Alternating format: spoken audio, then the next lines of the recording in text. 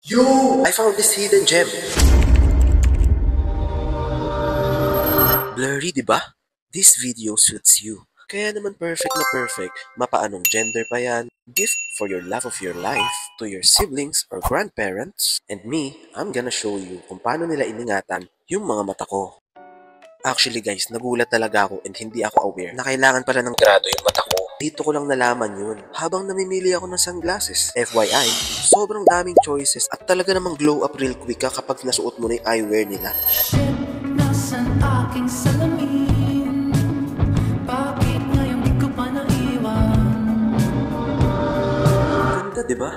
I'm sure na pasok rin to sa style na hinahanap nyo. This hidden gem called Esca Optical. 1 to 3 minutes walking distance lang from LRT Recto and very accommodating yung staffs nila. And yung place, in fairness, malinis. And they have 3 floors, ha? Yung 3rd floor nila, yung waiting area nila. And they also have complimentary water. I really like how they value their customers. Esca cares talaga. They have graded, non-graded, with photochromic, and even for athletes. And ang gaganda ng mga design. And lahat yan, pwede lagyan ng grado para Steph Curry ang shooting. At talaga namang masasabi kong proven and tested etong shop nila. Dahil FDA approved ito. Included na rin yung eye checkup nila once you purchase their product. And these are my topics. These type of eyeglasses are all made from Esca. And they are called Esca Sanis. And I swear to you guys, ang ganda ng quality ng eyeglasses nila. And again, sa Recto lang to guys. They also have other branches sa Carriedo,